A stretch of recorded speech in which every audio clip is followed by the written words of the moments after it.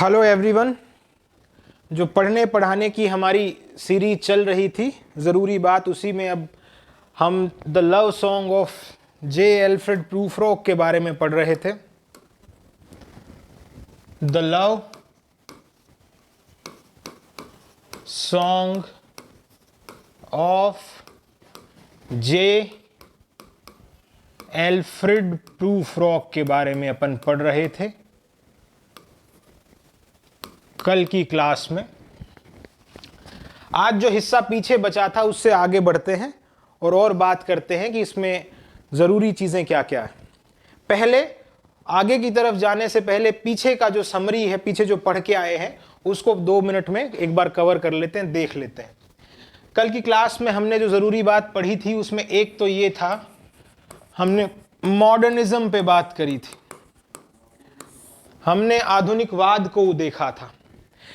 इस आधुनिकवाद की चर्चा करते वक्त हमने डिस्कनेक्ट की चर्चा करी थी कि जब सोसाइटी और इंडिविजुअल में एक डिस्कनेक्ट पैदा हुआ तो मॉडर्न सोसाइटी बनती हुई, जब डाउट पैदा हुआ मॉडर्न सोसाइटी बनती हुई दिखी। यहां हमने कुछ एक प्रीकर्सर्स की बात करी थी जो मॉडर्निज्म के लिए कहीं ना कहीं उत्प्रेरक या कैटलिस्ट की तरह जिन्होंने काम किया। उसमें पहला नाम हमने कार्ल मार्क्स का पढ़ा था, दूसरा नाम हमने फ्रेडरिक नीत्शे का पढ़ा था,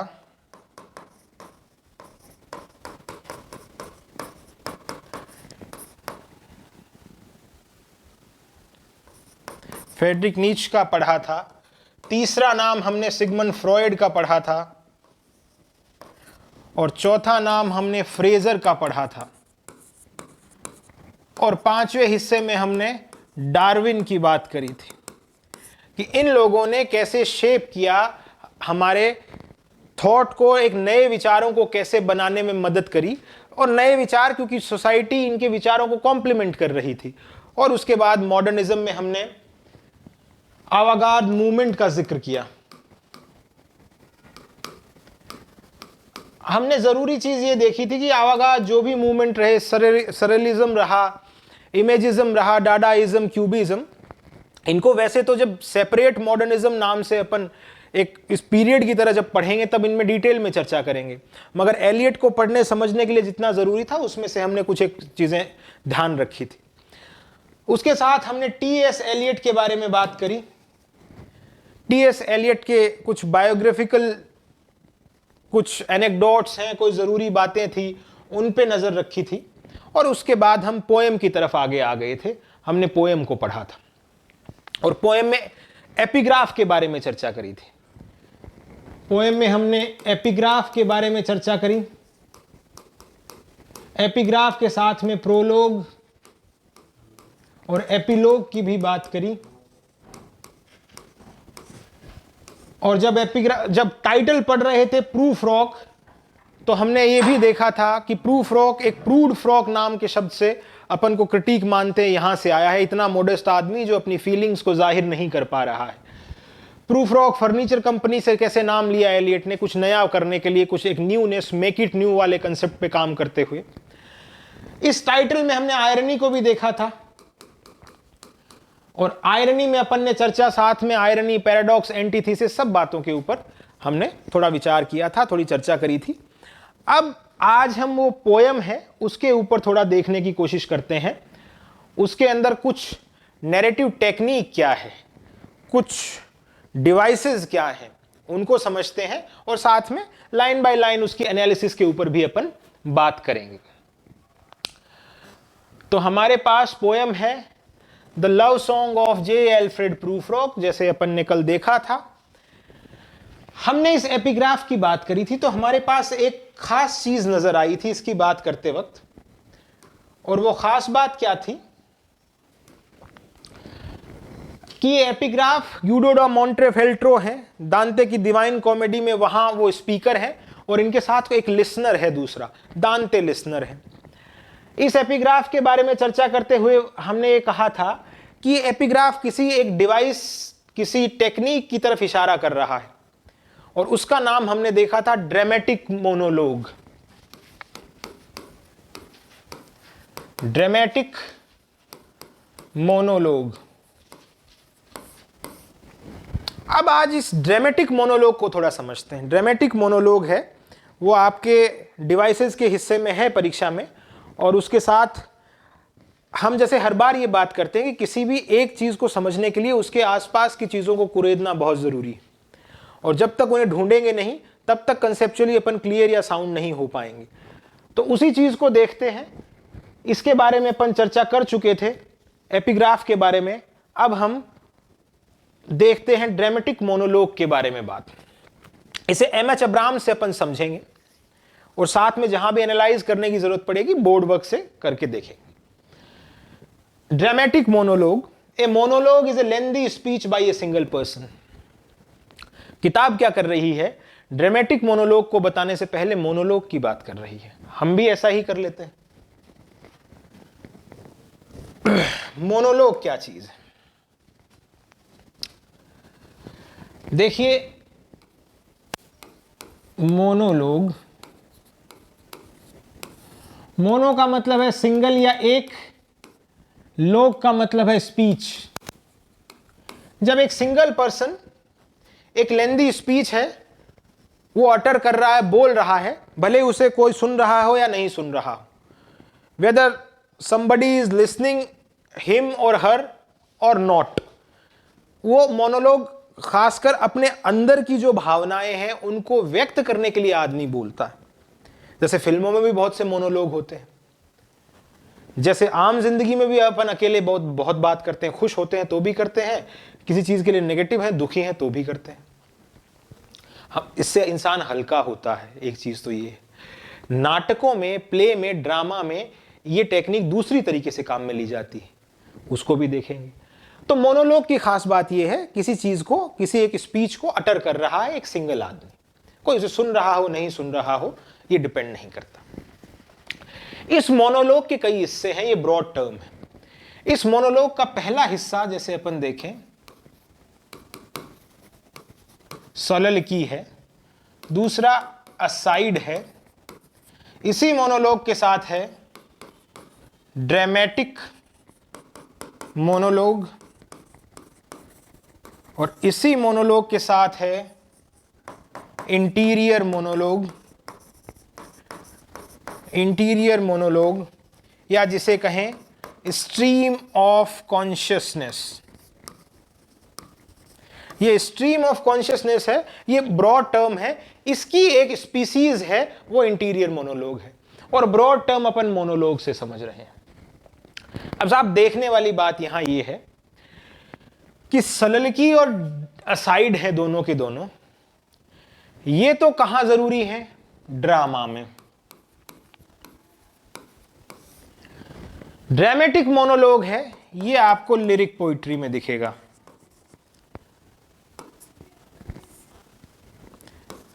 ये हमें लिरिक पोइट्री में दिखेगा। इंटीरियर मोनोलॉग या स्ट्रीम ऑफ कॉन्शियसनेस कविता में, नॉवेल में, दोनों में देखने को मिल सकता है।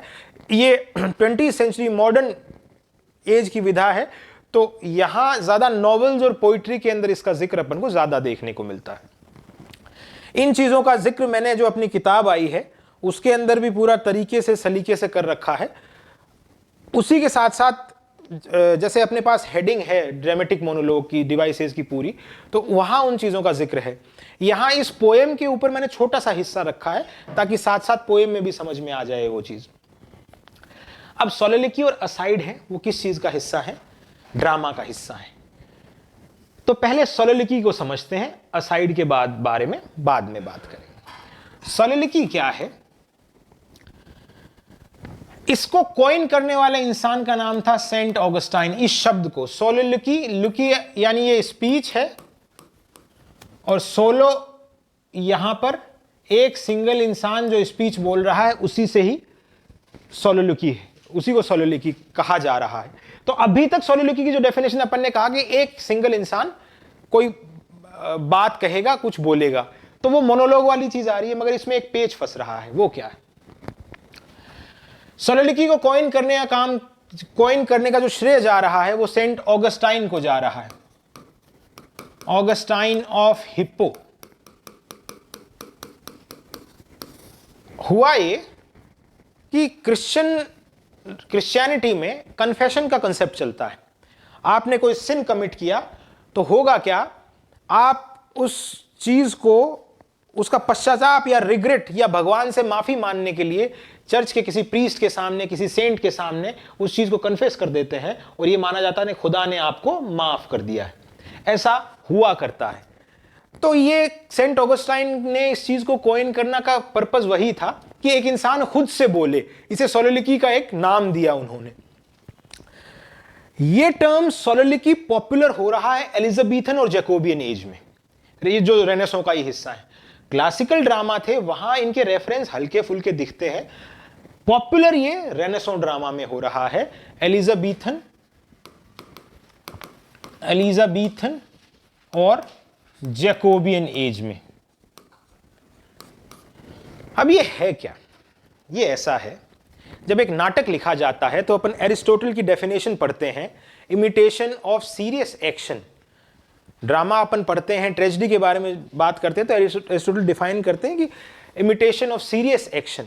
एक्शन कौन करेगा? कैरेक्टर करेगा। अब दिक्कत यह है, कैरेक्टर जब एक्शन कर रहा है तो प्लॉट ड्रामा के अंदर कुछ एक पेचीदगियां हुआ करती हैं, कुछ बारीकियां हुआ करती हैं। अब जब एक्शन परफॉर्म हो रही है स्टेज पे, हर चीज तो ऑडियंस कैसे पकड़ पाएगी? कई बार कैरेक्टर के अंदर के बहुत से भाव ऐसे होते हैं जो ऑडियंस को पता नहीं होता, तो कैरेक्टर खुद स्टेज पे आके, उसके साथ दूसरे कैरेक्टर नहीं होते, अकेला बोलता है, उसे सिर्फ ऑडियंस सुन सकती है। वो अपने भावों को, अपने विचारों के बारे में बताता है, तो उसके अंदर का जो भी कन्फ्लिक्ट है वो बाहर आता है और वो ऑडियंस को पता है किस चीज से जूझ रहा है। ये सोलोलिकी है। एक इंसान अपना मोनोलॉग, अपनी बात बोल रहा है जो ऑडियंस सुन रही है, और उससे उसके इंटरनल कॉन्फ्लिक्ट का चीजें सामने ऑडियंस के पेश हो रही हैं। अब असाइड क्या है? ये भी ड्रामा की ही टेक्निक है। ये असाइड के अंदर सोलोलिकी और असाइड दोनों में फर्क क्या है? जैसे मान लीजिए 5 कैरेक्टर हैं अपने पास, पांचों कैरेक्टर साथ में खड़े हैं। पांचवा कैरेक्टर क्या करेगा?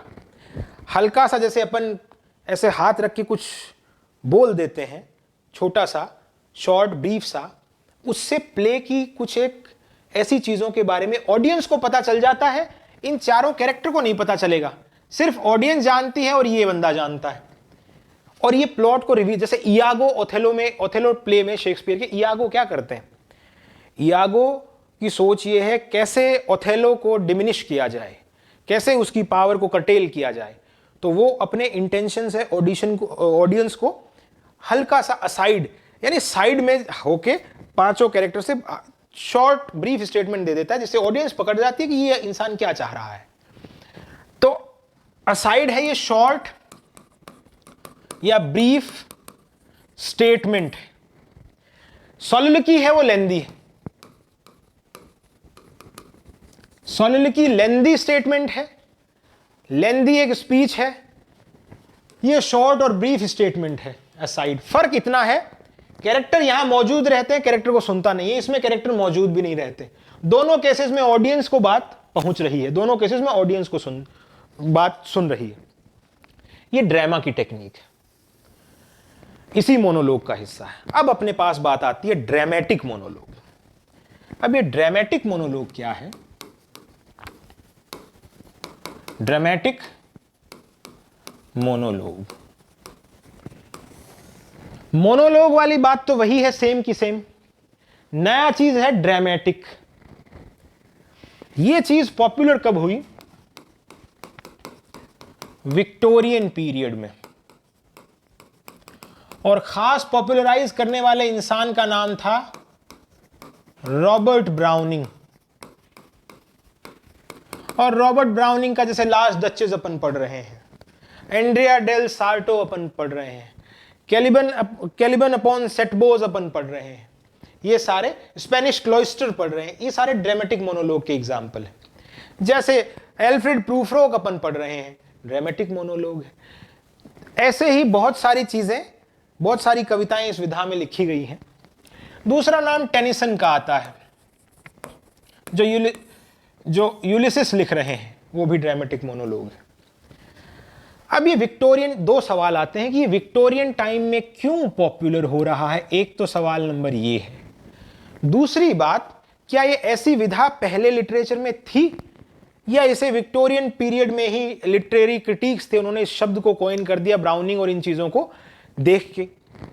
तो जवाब है कि पहले भी थी ये चीजें, मगर जब एक एज के अंदर जब ये प्रोमिनेंट हुई तो उनको एक नाम गढ़ दिया गया। यही साहित्य में होता है, कुछ एक रूट्स कहीं ना कहीं दिखती हैं, एक वक्त पे आके वो पॉपुलर होती है, उनका नाम गढ़ दिया जाता है। अब ये ऐसी टेक्निक ट्रेंड कहां देखने को मिल रही थी? देखिए, एक तो थियोक्रिटिस नाम से पोएट हुए, एक ओविड नाम से पोएट हुए। जैसे ओविड का तो फेमस वर्क है मेटामॉर्फोसिस, और थियोक्रिटिस, इन दोनों ने कुछ लव पोएम्स लिखी,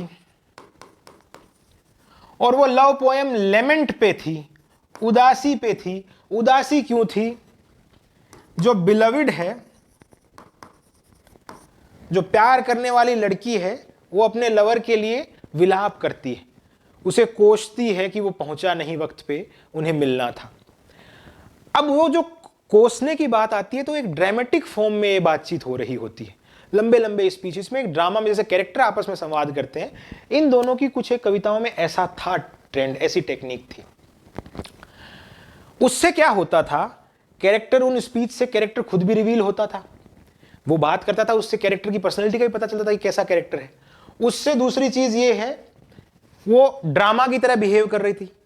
ड्रामा में कॉन्वर्जेशन होती है कैरेक्टर के साथ में, एक कैरेक्टर बोलता है, फिर दूसरा उसके जवाब में आता है, एक्ट में, सीन में यही चलता है। तो ऐसी विधा थी पहले, और इसी से इंस्पायर होकर ब्राउनिंग ने कहीं ना कहीं इस चीज को एक इस विधा में लिखने की कोशिश करी। अब ये बात आती है कि विक्टोरियन पीरियड में ही ब्राउनिंग ऐसी विधा को क्यों ज्यादा फोकस कर रहे हैं? पहला जवाब तो है, ड्रामा नेचुरलिस्टिक बन गया था विक्टोरियन पीरियड में। ड्रामा कोई पॉपुलर खास नहीं था, वहां नॉवेल्स थी, वहां पोइट्री थी। ड्रामा की आवाजें हेनरिक इब्सन और इनका रियलिज्म के हिसाब से अपन को देखने को मिलती है, नेचुरलिज्म रियलिज्म में।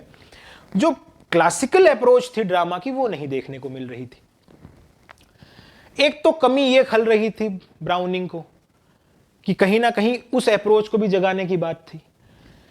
दूसरी बात, ब्राउनिंग के साथ रेनेसॉ बहुत ज्यादा जुड़ा हुआ था। उनकी लगभग हर कविता में रेनेसॉ के रेफरेंस है।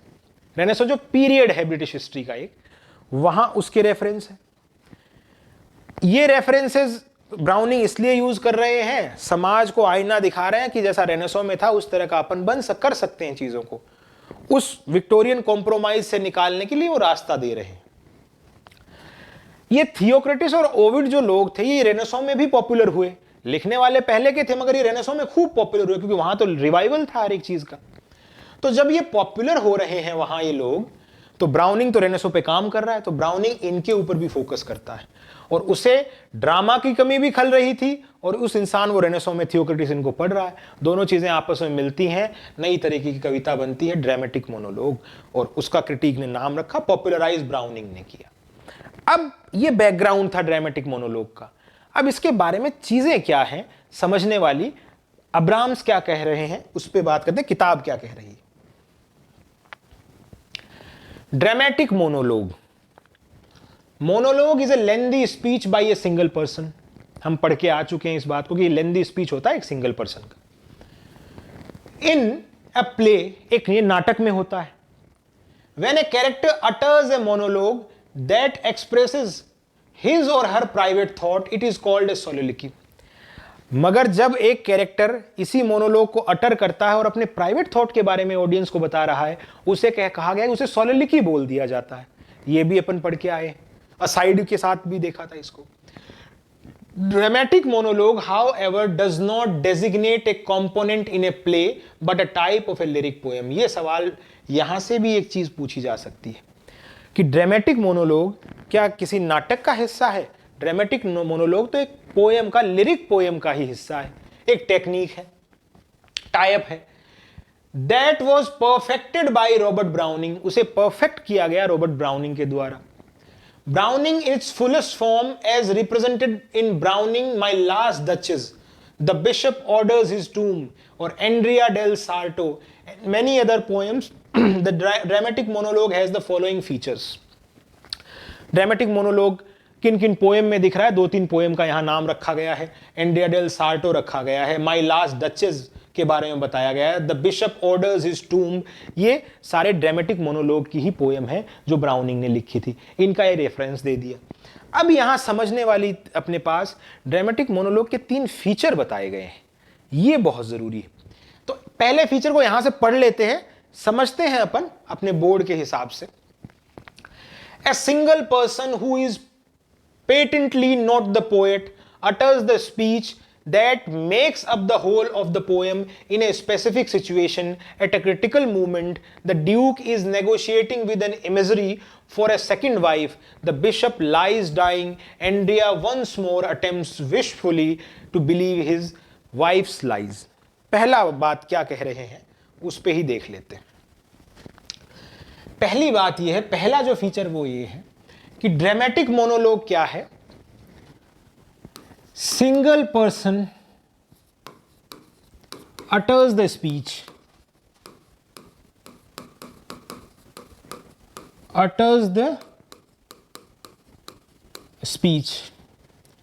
सिंगल पर्सन स्पीच तो बोल रहा है मगर वो पोइट नहीं है।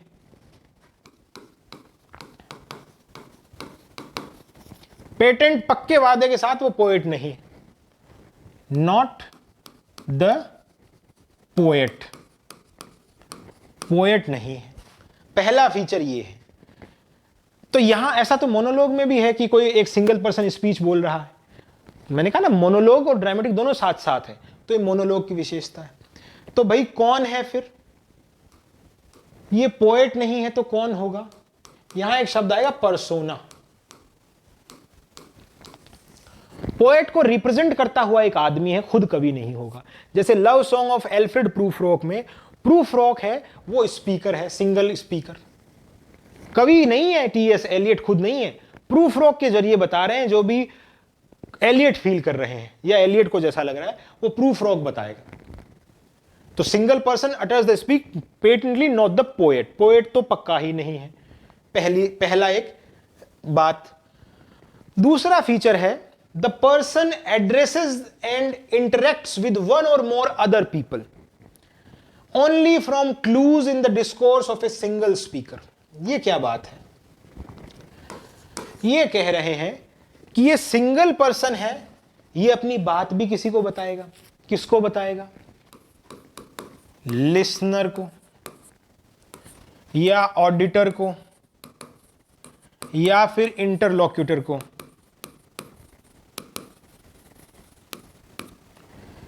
लिसनर को बताएगा, ऑडिटर को बताएगा या इंटरलॉक्यूटर को बताएगा। अब बात क्या है? हमें पोएम पढ़ते वक्त खुद को पता नहीं चलता यहां कोई लिसनर है क्या। ये सिंगल पर्सन कोई क्लू छोड़ के जाता है, बताता है कि ये बात मैं किसी लिसनर को बता रहा हूं। क्योंकि हमें इसलिए पता नहीं चलता, ये ऑडिटर, इंटरलॉक्यूटर या लिसनर एक ही बात है तीनों। ये खुद सामने से रेस्पॉन्ड नहीं करते हैं, ये इस सिंगल पर्सन को इंटरप्ट नहीं करते हैं बीच में बातचीत में। ये बस बोला जा रहा है अपना मोनोलॉग और ये सुने जा रहा है। मोनोलॉग में भी यही है, कोई सामने वाला सुन रहा है, वो एक इंसान बोल रहा है। ये दोनों विशेषताएं ही मोनोलॉग की। अब पता कैसे चले कि कोई लिसनर है? जैसे प्रूफरॉक से ही एग्जांपल ले लो। प्रूफरॉक पोएम की पहली लाइन की शुरुआत क्या होती है? Let's go you and I, चलो हम और आप चलते हैं। अब हम और आप दूसरा इंसान कौन है? तो पोएट ने क्लू छोड़ा है कि यहां कोई दूसरा भी है। ये बीच में बोलेगा नहीं, इसको मैं बात बता के जाऊंगा, ये लिसनर है हमारा। ये भी ड्रामेटिक मोनोलॉग का ही दूसरा फीचर हिस्सा है। अब तीसरा फीचर क्या है? The main principle controlling the poet's choice and formulation of what the lyric speaker says is to reveal to the reader in a way that enhances his interest, the speaker's temperament and character. तीसरी बात यह है, यहां एक idea दिखेगा, वो है self revelation का। जैसे ड्रामा में क्या होता है, कैरेक्टर्स एक्शन करते हैं और उनके एक्शन से उनकी साइकोलॉजी, पर्सनैलिटी, सब चीजों की बात का पता चलता है। यही थर्ड फीचर है, ये मोनोलॉग को ड्रामेटिक बना रहा है। यहां जो स्पीकर है जब वो फ्लो में अपनी बातचीत करता जा रहा है तो अपने टेम्परामेंट और अपने कैरेक्टर को रिवील कर रहा है। ऑडियंस और reader get to know about his personality, his temperament, his character. इस सिंगल पर्सन से उस कैरेक्टर को, इसके कैरेक्टर के बारे में पता चल रहा है हमें। नॉवेल में दूसरे लोग कैसे बिहेव, नॉवेल में पोएम में दूसरे लोग कैसे बिहेव कर रहे हैं उनके बारे में पता चल रहा है। तो कैरेक्टर रिवील हो रहा है स्पीकर का जब वो संवाद कर रहा है। अब जैसे प्रूफ रॉक क्या बात कर रहा है, प्रूफ रॉक लंदन शहर के बारे में बता रहा है, लंदन शहर ऐसा है ऐसा है, मगर उसमें उसकी खुद की पर्सनैलिटी रिवील हो रही है कि ये किस तरह का इंसान है, जो पढ़ेंगे तब अपन को समझ में आएगी। तो कवि खुद नहीं है, स्पीकर की पर्सनैलिटी रिवील हो रही है। तो ये सेल्फ रेवोल्यूशन चीज है, वो बहुत इंपॉर्टेंट है ड्रामेटिक मोनोलॉग को समझने के लिए। इस चीज को आप ऐसे भी देख सकते हैं कि आप फॉर एग्जांपल आप ऐसे कुछ लिख रहे हैं, या फिर टी.एस. एलियट की पोएम प्रूफ रॉक से देख लें, या ब्राउनिंग की लास्ट डचेस से चलो समझते हैं। लास्ट डचेस में हमारे पास ड्यूक है, एक जमींदार साहूकार इंसान है। ड्यूक अपनी डचेस, अपनी जो वाइफ थी उसके बारे में बता रहे हैं। किसको बता रहे हैं? एक दूत, एक राजदूत, एक इमेजरी को बता रहे हैं, और सेकंड वाइफ की वहां बात कर रहे हैं। वो इसीलिए आया कि उसकी दूसरी शादी हो। अब जब ये बात कर रहे हैं तो ड्यूक के बात तो ड्यूक है वो अपनी सेकंड लास्ट डचेस की कर रहे हैं, अपनी जो पहली बीवी थी, मगर पहली बीवी के बारे में बात करते करते ड्यूक अपनी पर्सनैलिटी भी रिवील कर जाते हैं कि वो मिसोजिनिस्ट है, वो औरत को सब्जुगेट कर रहा है, वो डोमिनेट हो रहा है, इस तरह का एक इंसान है ड्यूक। तो सेल्फ रिवील हो रही है, रिवीलिंग कोई चीज का रेवोल्यूशन चल रहा है। जैसे कैरेक्टर को ऐसे उधेड़ा जाता है ड्रामा में, वैसे ही यहां भी कैरेक्टर का टेम्परामेंट और कैरेक्टर सामने आ रहा है। तो यहां सेल्फ रेवोल्यूशन होगा कब? जब एक संवाद बनेगा। संवाद किसका? लिसनर का और स्पीकर का। स्पीकर तो कुछ नहीं बोलेगा, वो सिर्फ सुनेगा, इंटरप्ट करेगा ही नहीं। बोलेगा कौन? सिर्फ स्पीकर बोलेगा, बोलने वाला है। तो ये ड्रामेटिक मोनोलॉग के 3 फीचर हैं। अब यहां एक बात जरूरी आएगी। परीक्षा में एक सवाल आपसे खासकर पूछा जा सकता है कि ड्रामेटिक मोनोलॉग के लिए इनमें से कौन सी एक पॉइंट को आप हटा सकते हो, मगर 2 तो इनएविटेबल हैं, अविसंभावी हैं, उन्हें आप छोड़ ही नहीं सकते।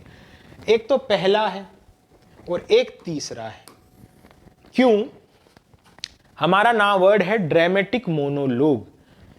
पहली बात तो ये बता देगा, single person utters the speech, ये तो मोनोलॉग को क्वालिफाई कर गई। तीसरी सबसे इंपॉर्टेंट है, जो इसे ड्रामेटिक बना रही है, वो सेल्फ रेवोल्यूशन का आइडिया है। दूसरा, चलो बहुत से मोनोलॉग ऐसे हैं, 2-3 का एग्जांपल अपन देखेंगे, जहां सेकंड वाला पॉइंट हुआ नहीं करता है। कई बारी भाई, कई बार पोइट हिंट नहीं करता है कि कोई लिसनर सुन रहा है क्या, ऐसा भी हो सकता है। मगर तीसरा और पहला पॉइंट तो बहुत ज्यादा जरूरी है, पहला फीचर, तीसरा फीचर। अब देखते हैं आगे। In monologue such as soliloquy of the Spanish cloister and Caliban upon Set Bose, Browning omits the second feature. Browning ने 2 सोनेट है, सोलिलोक्वी ऑफ स्पेनिश क्लॉइस्टर और कैलिबन अपॉन सेट बोज। ब्राउनिंग ओमिट कर रहे हैं, छोड़ रहे हैं दूसरा हिस्सा, second feature, the presence of A silent auditor. सुनने वाले साइलेंट लिसनर की प्रेजेंस को वहां दिखाया नहीं जा रहा है। But feature 1 and 3 are the necessary condition of a dramatic monologue. Feature 1 और फर्स्ट और थर्ड है, वो नेसेसरी कंडीशन है ड्रामेटिक मोनोलॉग की। The third feature, the focus on self revelation, जिसकी अपन बात करके आए हैं, serves to distinguish a dramatic monologue from its near relation to dramatic lyric. अब सवाल यहां से भी आ सकता है कि ड्रामेटिक मोनोलॉग से ड्रामेटिक लिरिक कैसे अलग है। यही इस किताब की खूबसूरती है, ये कंपेयर करके चीजों को बताती है, और जब कंपेयर करती है तो जैसे मैंने पिछली क्लास में कहा, हमारी सलवटें खत्म होती हैं दिमाग की। तो ड्रामेटिक लिरिक क्या बात है? ये कह रहे हैं बाकी सब चीजें ड्रामेटिक मोनोलॉग और ड्रामेटिक लिरिक की हम एक तरह से समझ सकते हैं कि ड्रामेटिक लिरिक के साथ क्या दिक्कत है, वो मोनोलॉग क्यों नहीं है, कि यहां जो स्पीकर होगा एक तो उसको देख के ऐसे लगेगा कि कोई दूसरा इंसान नहीं है तो कवि खुद है, पोएट हिमसेल्फ। और ड्रामेटिक मोनोलॉग की शर्त है कि पोएट खुद नहीं होना चाहिए, कोई दूसरा इंसान होना चाहिए। दूसरी चीज है सेल्फ रेवलेशन नहीं है।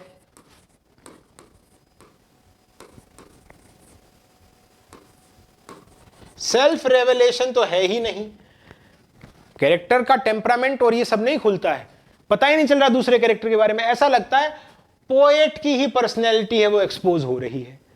तो ड्रामेटिक लिरिक के अंदर भी आपको एक लिसनर मिल जाएगा, एक स्पीकर मिल जाएगा, मगर वहां सेल्फ रेवलेशन नहीं है। सेल्फ रेवलेशन होता है वो पोएट का खुद के इमोशन ही दिखते हैं अपन को, उस दूसरे जैसे प्रूफ रॉक के अंदर प्रूफ रॉक के इमोशन है, एलियट के नहीं है। तो ये एक चीज खास बात है ड्रामेटिक लिरिक और मोनोलॉग की। अब यहां से आपसे यह भी पूछा जा सकता है कि फेमस ड्रामेटिक लिरिक के नाम कौन कौन से हैं, जैसे कैननाइजेशन जॉन डन का, द फ्ली जॉन डन का। ऐसा ही एक एग्जाम्पल टिंटन एबे से दिया जा रहा है जो वर्ड्सवर्थ का है। वहां क्या हो रहा है, वहां क्या देखने को मिल रहा है टिंटन एबे में, वर्ड्सवर्थ अपनी सिस्टर के साथ है और टिंटन एबे के बारे में बात कर रहे हैं। स्पीकर भी है, लिसनर भी है, वो इंटरप्ट भी नहीं कर रही है, मगर बात यह है कि at the end of the poem अपन को समझ आ रहा है कि पोएट के खुद के इमोशंस ही हैं, वही बाहर आ रहे हैं, कोई दूसरा स्पीकर नहीं है, पोएट खुद ही स्पीकर है। तो ये ड्रामेटिक लिरिक की बात है, मोनोलॉग से जो अलग दिखती है। अब कुछ फेमस ड्रामेटिक मोनोलॉग का यहां नाम है, जैसे टेनिसन का यूलिसिस है, और बाकी इन्होंने बताया है कि कौन कौन से लोग ड्रामेटिक मोनोलॉग लिखने वाले हैं। उसमें एचडी है, एमी लोवेल है, रॉबर्ट फ्रॉस्ट है, ई.ए. रॉबिन्सन है, एजरा पाउंड है, रॉबर्ट लोवेल है, और यहां नीचे नाम दिया है, बेस्ट एग्जांपल है टी.एस. एलियट की लव सॉन्ग ऑफ एल्फ्रेड प्रूफरॉक। अब इसमें जितने भी ऊपर वाले पोएट दिखा रखे हैं ये ज्यादा इमेजिस्ट मूवमेंट का ही हिस्सा है। इमेजिस्ट मूवमेंट मॉडर्निज्म पढ़ेंगे तब अपन समझेंगे इस चीज को। ये समझने के हिसाब से ड्रामेटिक मोनोलॉग इतना काफी है, परीक्षा के हिसाब से इतना काफी नहीं है। हमने इसमें कोशिश करी है बुक के अंदर जितने भी ड्रामेटिक मोनोलॉग हमारे पास हैं, इस तरीके से इस पोइट्री को ड्रामेटिक मोनोलॉग में जिसको लिखा गया है उनके नाम वहां मेंशन है, वो फैक्ट है। उन फैक्ट को आपको याद रखने की जरूरत है, वो आप किताब से देख सकते हैं, जब बुक आएगी अपनी 2-4 दिन में तो उससे देख सकते हैं। ये ड्रामेटिक मोनोलॉग के बारे में अपन ने बात करी। अब एक चीज और इंपॉर्टेंट रहती है जो अपन ने पीछे देखी थी कि मोनोलॉग की चर्चा करते वक्त अपन ने सोलिलोक्वी को भी पढ़ लिया, अपन ने असाइड को भी पढ़ लिया, अपन ने ड्रामेटिक मोनोलॉग को भी पढ़ लिया, मगर हमने इंटीरियर मोनोलॉग की बात नहीं करी, हमने स्ट्रीम ऑफ कॉन्शियस की बात नहीं करी। ये भी इस कविता में है, लव सॉन्ग ऑफ एल्फ्रेड प्रूफरॉक में। तो इसकी इस विधा को, इस नैरेटिव टेक्निक को देखना भी जरूरी है। ये नैरेटिव टेक्निक क्या बात करती है, इसको और समझ लेते हैं, फिर अपन कविता की तरफ आगे बढ़ेंगे। देखते हैं stream of consciousness.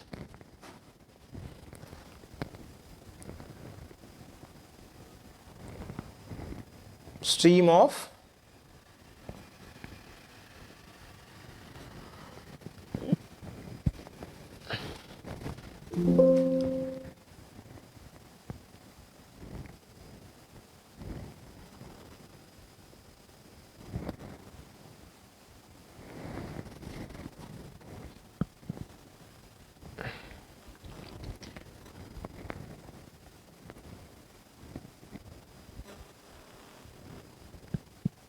Stream of consciousness, इसको अब थोड़ा और समझ लेते हैं। बाकी अपन ने इसके जो मेजर चीजें हैं डिवाइसेस टेक्निक के हिसाब से पर देख ली हैं। स्ट्रीम ऑफ कॉन्शियसनेस, इसे 3 तरीके से अपन समझेंगे। पहला है फिलॉसफी के अकॉर्डिंग, दूसरा है साइकोलॉजी के अकॉर्डिंग, और तीसरा है लिटरेचर के हिसाब से।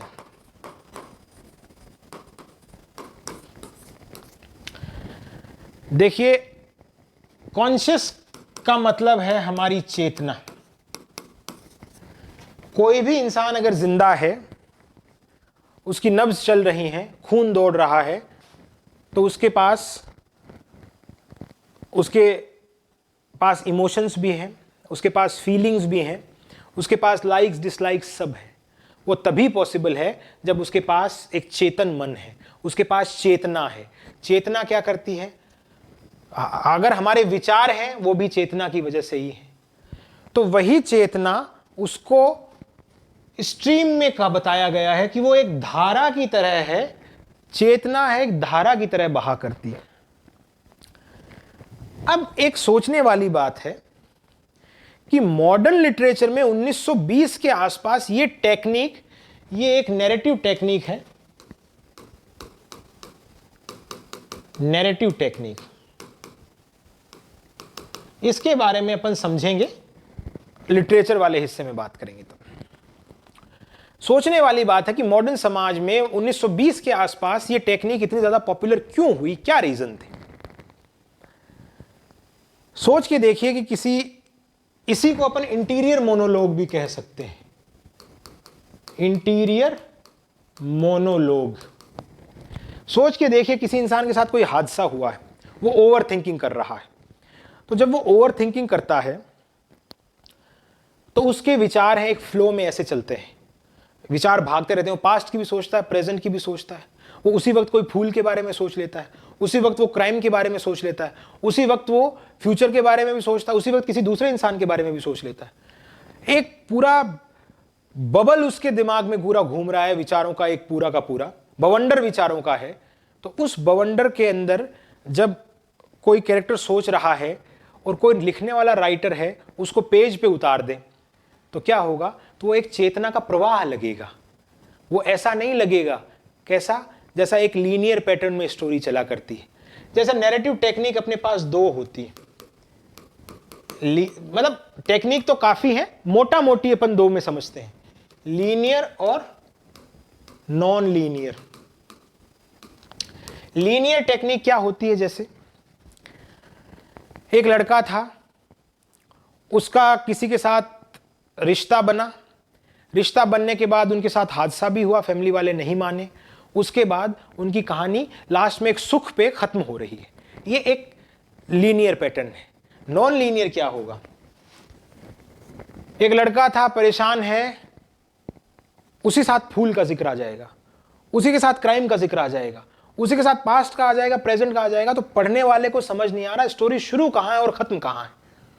तो मॉडर्न ये टेक्निक अपने पास मॉडर्न लिटरेचर में, नॉवेल जो लिखी गई वो इसी वजह से इस स्ट्रीम ऑफ कॉन्शियस की वजह से टफ मानी जाती है पढ़ने में। जैसे वर्जीनिया वुल्फ का अपन टू द लाइट हाउस देखते हैं, मिसेस डेलोवे देखते हैं, जेम्स जॉयस का यूलिसिस देखते हैं। वहां यही तो चीज है।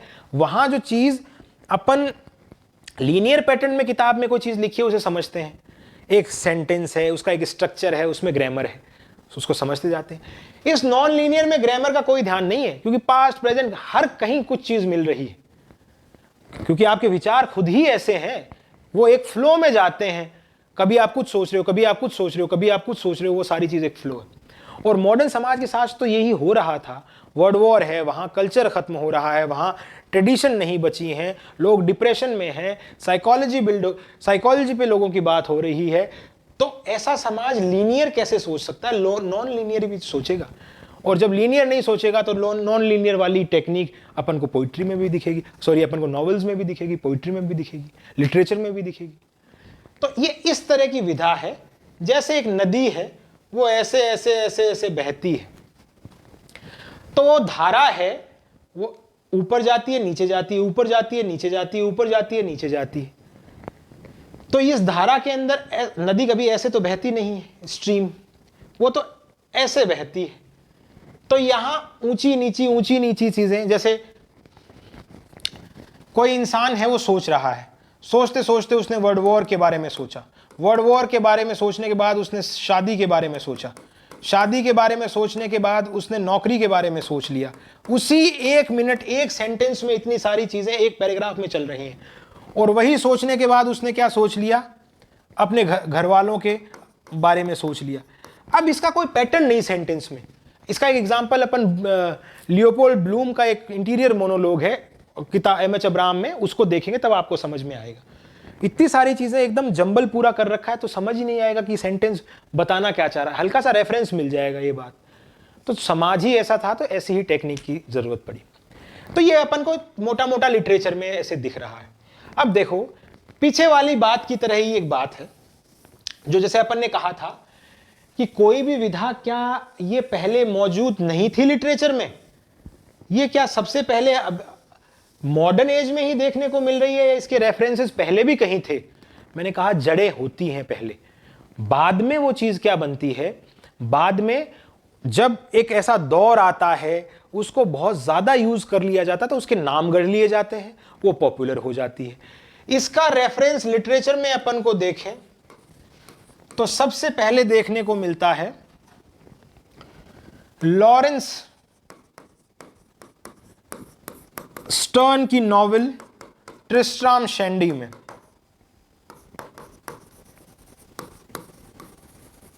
वहां ऐसा ही डाइग्रेशंस का यूज किया गया है, कोई पैटर्न नहीं, कभी एक इंसिडेंट बता दिया कभी दूसरा बता दिया, उसी सेंटेंस में और कुछ घुसा दिया, क्योंकि विचार हमारे ऐसे ही चलते हैं। और ये नियो क्लासिकल एज की बात है जहां लॉरेंस स्टर्न लिख रहे हैं। उस एज में नॉवेल बनना भी शुरू हुई थी। नॉवेल के अपन 3-4 मेजर पिलर्स पढ़ते हैं, 3-4 लोग पढ़ते हैं, उनमें स्टर्न का नाम भी आता है।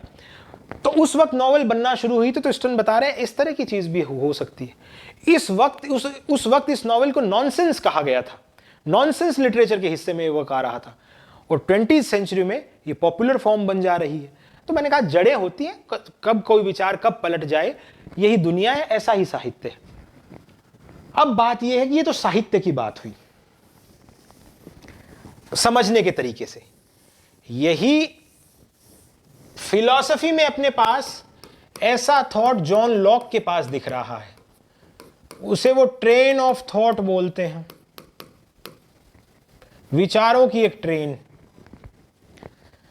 ऐसा ही अलेक्जेंडर बेन 1855 में, Alexander Ben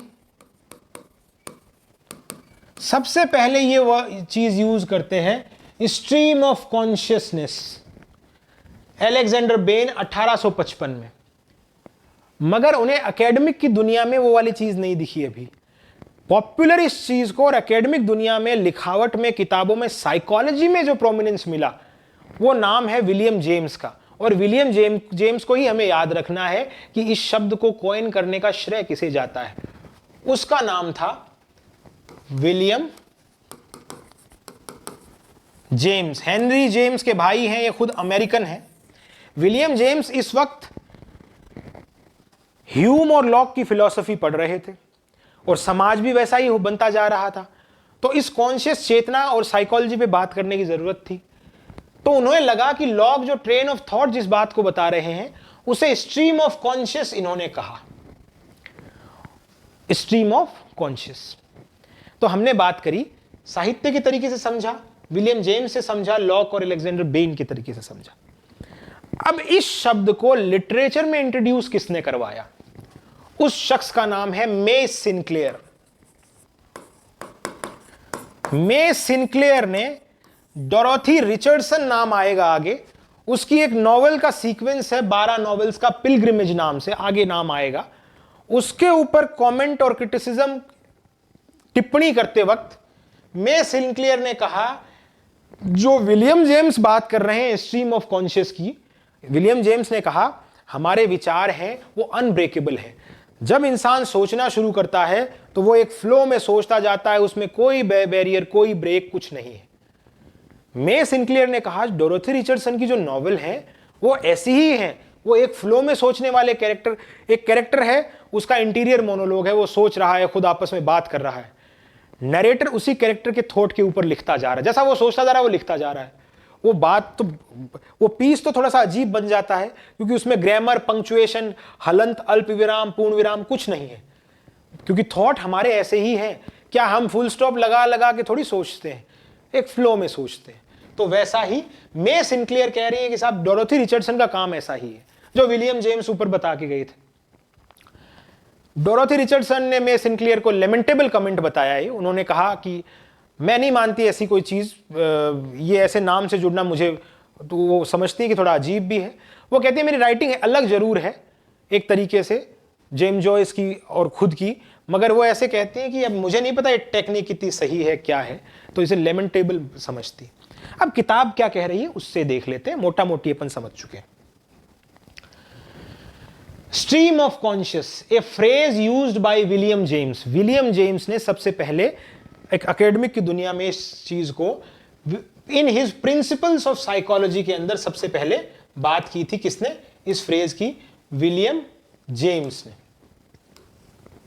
to describe unbroken flow of perception, memories, thoughts and feeling. Unbroken, हमारा जो परसेप्शन है, हमारे जो थॉट है, हमारे जो मेमोरी यादें हैं, वो जब इंसान अपनी चेतना में, कॉन्शियस में सोचता है कोई चीज को, तो वो अनब्रेकेबल है, उसे तोड़ा नहीं जाता। तो वो चेन की तरह चलती है, जैसे नदी बहती है और वो चेन की तरह भी चलती है, ऐसी है, उसमें पास्ट प्रेजेंट सब कुछ शामिल होके आता। नदी बहती है, सब कुछ बहाती है साथ, ऊपर नीचे गोते खाती चलती। तो वैसा ही स्ट्रीम ऑफ कॉन्शियसनेस का मामला है। It has since been adopted to describe a narrative method in modern fiction. William James के कहे जाने के बाद से इसको लिटरेचर में एक नैरेटिव टेक्निक की तरीके से शामिल किया गया, और वो मे सिंक्लेयर डोरोथी रिचर्डसन के लिए बता रही हैं। लॉन्ग पैसेजेस ऑफ इंट्रोस्पेक्शन, खुद के का एक आत्मनिरीक्षण का काम कर रही है ये टेक्निक। कैरेक्टर के खुद की को समझने, खुद को कैरेक्टर कैसे देख रहा है वो चीज दिखाती है। In which the narrator records in detail what passes through a character's awareness. Character के दिमाग में क्या चल रहा है वो नरेटर डिस्क्राइब करता है। अब ये कह रहे हैं कि इन स्ट्रीम ऑफ कॉन्शियस का पुराने वक्त में भी एग्जाम्पल था। एक एग्जाम्पल तो अपन ने ट्रिस्ट्राम शैंडी से समझ लिया है। यहां ट्रिस्ट्राम शैंडी का जिक्र नहीं किया गया, सैमुअल रिचर्डसन का किया गया है। जरूरी यह था किताब में यहां ट्रिस्ट्राम शैंडी को जिक्र करते। दूसरा नाम सैमुअल रिचर्डसन का दिखाया गया जब नॉवेल बन रही, तो कहते हैं रिचर्डसन की नॉवेल्स में भी ऐसा ही है। तीसरा नाम है हेनरी जेम्स का, विलियम जेम्स के भाई का। वो ये कह रहे हैं कि हेनरी जेम्स की नॉवेल है, वहां भी इस टेक्निक का पहले रेफरेंस, नाम तो बाद में आया मगर इन किताबों में रेफरेंसेस थे ऐसी इस विधा के, इस तरह की टेक्निक के। हेनरी जेम्स ने एक वर्क लिखा पोर्ट्रेट ऑफ ए लेडी, उसमें इसाबेल का कैरेक्टर है। वहां चैप्टर 42 है, उसके अंदर हेनरी जेम्स एक सस्टेन्ड डिस्क्रिप्शन देते हैं इसाबेल की मेमोरीज और थॉट के बारे में, वो क्या सोच रही है, क्या समझ रही है। और वो वैसी ही चीज मॉडर्न एज में 1920 में प्रोमिनेंट हो रही है, हेनरी जेम्स की राइटिंग में भी दिख रही है। हेनरी जेम्स, विलियम जेम्स दोनों अमेरिकन थे, मगर अमेरिका में अपन ने पढ़ा कि वो लोगों को क्लचेस में, बंधनों में बांध के रखने में मशगूल थी, तो लोग वहां से भाग के इंग्लैंड की तरफ भी आते हैं। और जेम्स की नॉवेल में खासकर यही दिखता है, अमेरिका और इंग्लैंड के आपस में जो उनके जो विचार हैं लोगों के, वहां के दोनों कंट्रीज में डिफरेंसेस के, वो डिपिक्ट करते हैं। हेनरी जेम्स की नॉवेल्स में कॉन्फिडेंट नाम का एक चीज भी पॉपुलर है। कॉन्फिडेंट, ये कॉन्फिडेंट क्या है? यहां भी स्ट्रीम ऑफ कॉन्शियस का थोड़ा सा हिस्सा दिखता है। जैसे कोई इंसान, किसी का नॉवेल के अंदर एक कैरेक्टर प्रोटैगनिस्ट अपना एक दोस्त रखता है और वो दोस्त को सब बातें बताता है खुद को हल्का महसूस करने के लिए। जो वो सब बातें बता रहा होता है तो वो सारे विचार उड़ेलता है एक साथ, वो उड़ेलना ही वो धारा की तरह चीज है। तो ये कॉन्फिडेंट में भी हेनरी जेम्स की ऐसी इस तरह की थोड़ी सी हल्की सी चीज दिखती। दूसरा नाम एक फ्रेंच राइटर का है, माइनर फ्रेंच राइटर बताया गया है इन्हें, जिनका जो इतने ज्यादा पॉपुलर नहीं हुए। इनका नाम था एडवर्ड डुजार्डिन नाम से। उन्होंने एक वर्क लिखा था the laurels have been cut, उसमें भी ये टेक्निक देखने को मिली थी 1888 में। बाद में बुक कह रही है which undertakes to represent the scenes and events of the story solely as they impinge upon the consciousness of the central character. It has been refined since 1920. कहता 1920 में ये विधा बहुत पॉपुलर हुई और उससे पहले इसके रेफरेंसेस ये अपन को देखने को मिल रहे हैं. Which conscious and half conscious thought, memories, expectation, feelings in random association. जितने भी विचार हैं आपके वो रैंडमली एसोसिएट होते जाते हैं जब आप सोचते हो, और उन्हीं को जब कोई नरेटर कागज पे उतार रहा है वो स्ट्रीम ऑफ कॉन्शियस है. अब यहां एक समझने वाली बात है, वो जरूरी ये है, वैसे तो इंटीरियर मोनोलॉग है, interior monologue stream of conscious है, वो बड़ा टर्म है और इसी का हिस्सा इंटीरियर मोनोलॉग है. मगर यहां बुक एक चीज, एक डिफरेंस बता रही है इनमें. डिफरेंस ये कह रही है कि इंटीरियर मोनोलॉग एक स्ट्रीम ऑफ कॉन्शियस की ही स्पीसीज है. मगर दिक्कत इंटीरियर मोनोलॉग में ये है कि स्ट्रीम ऑफ कॉन्शियस में तो नरेटर है, वो इंटरप्ट कर देता है, मगर इंटीरियर मोनोलॉग में नरेटर का रोल है, नरेटर जो कहानी को बता रहा है उसका इंटरप्शन बिल्कुल मिनिमल होता है या होता ही नहीं. कैसे? जैसे यूलिसिस जेम्स जॉयस का जो नॉवल है उसके अंदर लियोपोल्ड ब्लूम का एक इंटीरियर मोनोलॉग है. स्ट्रीम ऑफ कॉन्शियस में जनरली राइटर क्या करता है, एक कैरेक्टर पकड़ता है. जैसे मिसेस डेलोवे में, वर्जीनिया वुल्फ के नॉवल में क्लैरिसा नाम से कैरेक्टर है. क्लैरिसा की जिंदगी में क्या हो रहा है, वो क्या सोच रही है, क्या कर रही है, वो बात नरेटर बता रहा है. उसके थॉट नरेटर के जरिए बताए जा रहे हैं. उनको नरेटर थोड़ा रिफाइन भी कर देता है और अपनी बात को क्लियर करने के लिए उसमें कुछ और ऐड कर देता है. इंटीरियर मोनोलॉग का जब जिक्र आता है, जैसे यूलिसिस के नॉवल में लियोपोल्ड ब्लूम कैरेक्टर है उसका आ रहा है, एक शॉपकीपर है उसका, वो जब बोलने लगता है तो सिर्फ राइटर उसी का खुद ही दिखा रहा है, खुद इंटरप्ट नहीं कर रहा बीच में. तो वो जब बता रहा है चीजों के बारे में तो राइटर इंटरप्शन राइटर का नहीं हो रहा वहां. ये एक हल्की सी बात बताई गई है यहां. मगर एग्जाम में आपके एक ऐसा क्वेश्चन हो सकता है कि interior monologue stream of conscious का पार्ट है या नहीं, तो जवाब होगा कि हां है, मगर हर इंटीरियर मोनोलॉग जरूरी नहीं है कि वो हर बार उसे, मतलब ऐसे समझ सकते हैं, या फिर इस तरह से आप देख लें कि स्ट्रीम ऑफ कॉन्शियस है, वो हिस्सा तो इंटीरियर मोनोलॉग है, हिस्सा तो स्ट्रीम ऑफ कॉन्शियस का है. वहां एक डिफरेंस है, नरेटर का रोल मिनिमल आपको देखने को मिलता है. ये अगर पूछा जाए, अगर ऐसा का ऐसा बुक में स्टेटमेंट दिया हुआ वो उठा ले तो, अदरवाइज एक उसी की स्पीसीज है. जैसे इसमें लिखा है,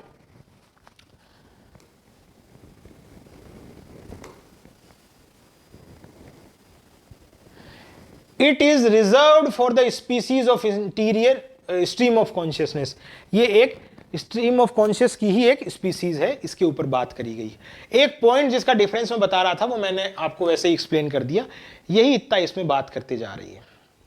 अब जो जेम्स जॉयस का देखना यहां एक इंटीरियर मोनोलॉग का एग्जांपल है, स्ट्रीम ऑफ कॉन्शियस में भी देख सकते हो इसे. Pineapple rock, lemon platt, butter scotch, sugar sticky girl, shoveling scoopful of creams for a Christian brother, some school treat, bad for their tummies, lozenge and comfort manufactured to His Majesty the King, God save our sitting on his throne, sucking red jubus white. अब बताओ, इस sentence के अंदर इतनी सारी चीजें मिला दी हैं, कोई ग्रामर नहीं है, कोई स्ट्रक्चर नहीं है, बस एक थॉट है, विचार आया उस कैरेक्टर के, उसको यूं का यूं बता दिया. तो ये इंटीरियर मोनोलॉग का ये अपन ने पढ़ा है. अब यहां डोरोथी रिचर्डसन के बारे में बताया गया है. Dorothy Richardson sustain a stream of conscious mode of A narrative focused exclusively on the mind and perception of her heroine through the 12 volumes her novel pilgrimage. Pilgrimage नाम से जो नॉवल लिखी गई थी उसमें इसी टेक्निक का यूज किया गया है. वो 1915 से 38 के बीच में देखने को मिल रही है. और कौन से राइटर हैं जिसमें स्ट्रीम ऑफ कॉन्शियस दिख रही है? वर्जीनिया वुल्फ का employs the procedure as a prominent although not exclusive narrative mode in several novels. कौन कौन सी नॉवल में वर्जीनिया वुल्फ की टेक्निक दिख रही है? मिसेस डेलोवे 1925 में आती है उसमें, टू द लाइट हाउस 1927 में आ रही है उसमें. And William Faulkner American writer हैं, अमेरिकन साउथ को रिप्रेजेंट करते हैं, वहां स्लेवरी और इन चीजों पे इन्होंने खूब कमेंट किया अपनी राइटिंग में. Exploit in the first 3 or 4 parts of the sound and fury. Sound and fury नाम से नॉवेल लिखा 1929 में, the sound and the fury. उसके अंदर भी स्ट्रीम ऑफ कॉन्शियस देखने को मिल रही है। अब इसके बारे में और डिटेल में 4-5 नाम जो फैक्ट याद करने वाले हैं वो आपको किताब में दिखेंगे, वहां उसे आप पढ़ सकते हैं। बाकी समझने के लेवल पे स्ट्रीम ऑफ कॉन्शियस इतनी काफी है। विचारों का जो प्रवाह है वो एक साथ आता है, पास्ट प्रेजेंट नहीं देखता, मैं आप नहीं देखता, सबको समावेश करके। और ऐसी ही चीज़ें जब नॉवल में दिखें, कैरेक्टर इसी चीज़ में दिखें, जैसा इंसान अकेला रहता है या ओवर थिंक कर रहा है तब सोचता है, वैसे ही कैरेक्टर जब नॉवल में दिखें, मॉडर्न दुनिया में दिखें, तो उनका रिप्रेजेंटेशन जब कहानी, कविताओं में, नॉवल में होता है तो स्ट्रीम ऑफ कॉन्शियस की वैसे यहाँ दिख रही है चीज़। ये स्ट्रीम ऑफ कॉन्शियस के बारे में बात थी। तो जो मोटा मोटी डिवाइसेस, टेक्निक, बैकग्राउंड प्रूफ रोक का है वो हम 19-20 समझ चुके हैं, जितनी अभी अपन को अभी के लिए जरूरत थी। अब आगे बढ़ते हैं। अब हम हमारी पोएम की तरफ आते हैं।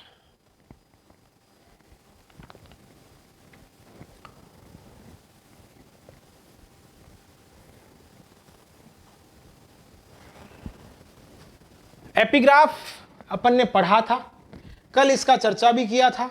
एपिग्राफ के अंदर क्या खास बात है, कैसा एपिग्राफ अपन को दिख रहा है, बातचीत कर ली थी।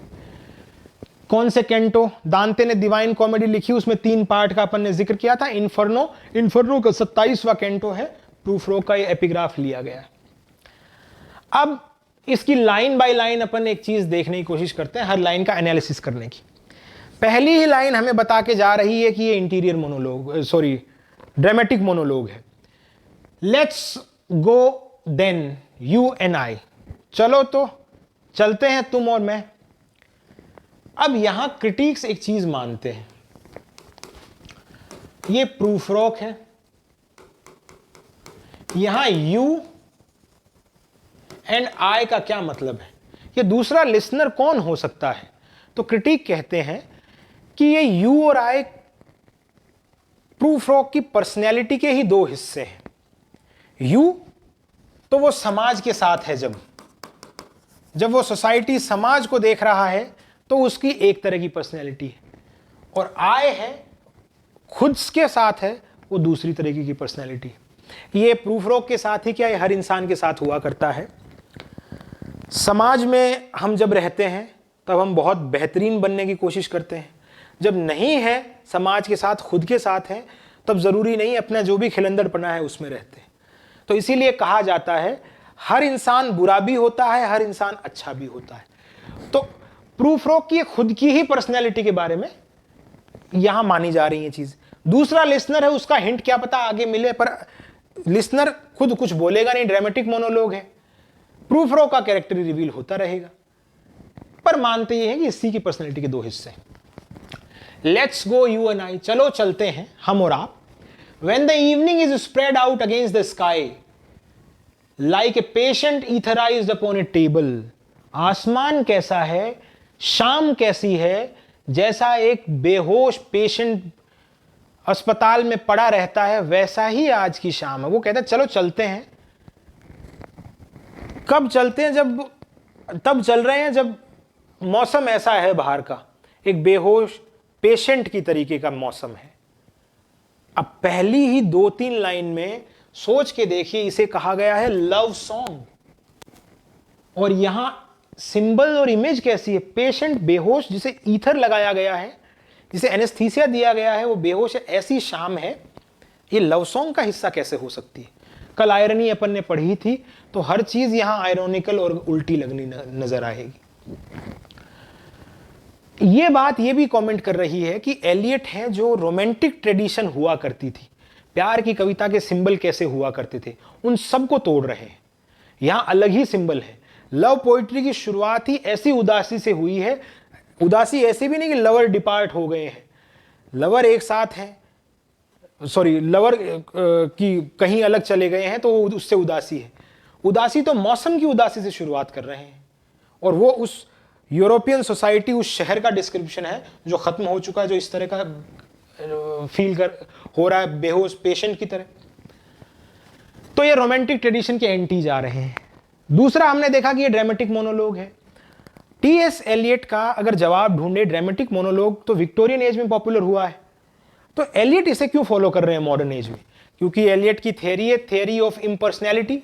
इम्पर्सनैलिटी में एलियट यही तो बात कर रहे हैं कि कवि की खुद की पर्सनल चीजें हैं, कभी रिवील नहीं होनी चाहिए।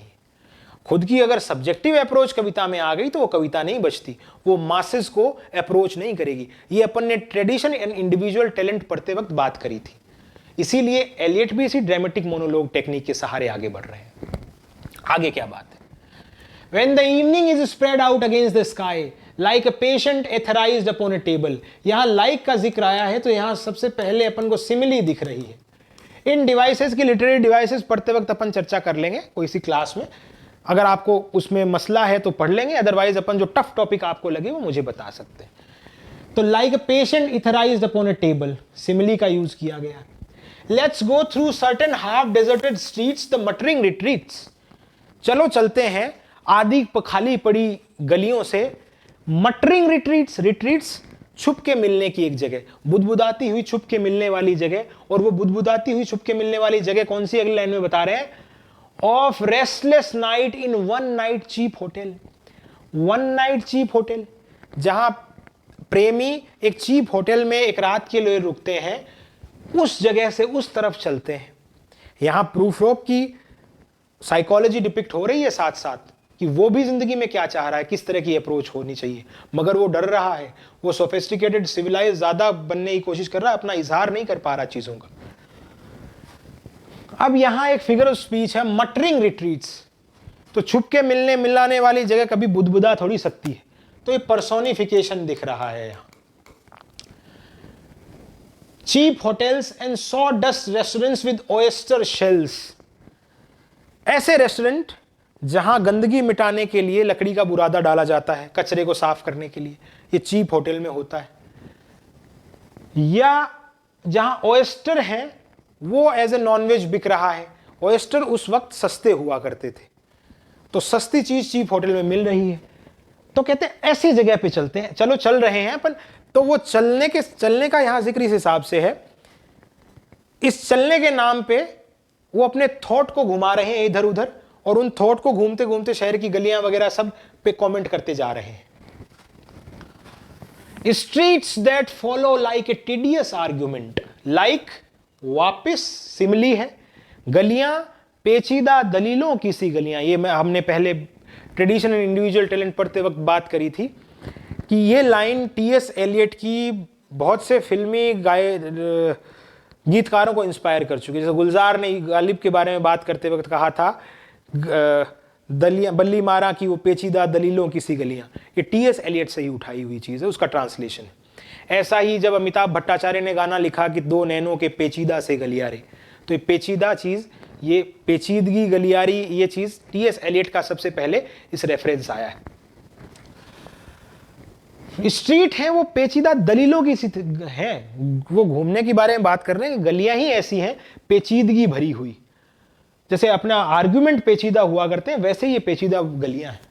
ऑफ इंसीडियस इंटेंट, इंसीडियस का मतलब घातक, डराने वाला, घातक, जिसे खतरा हो। गलियां खतरे को रिप्रेजेंट कर रही हैं।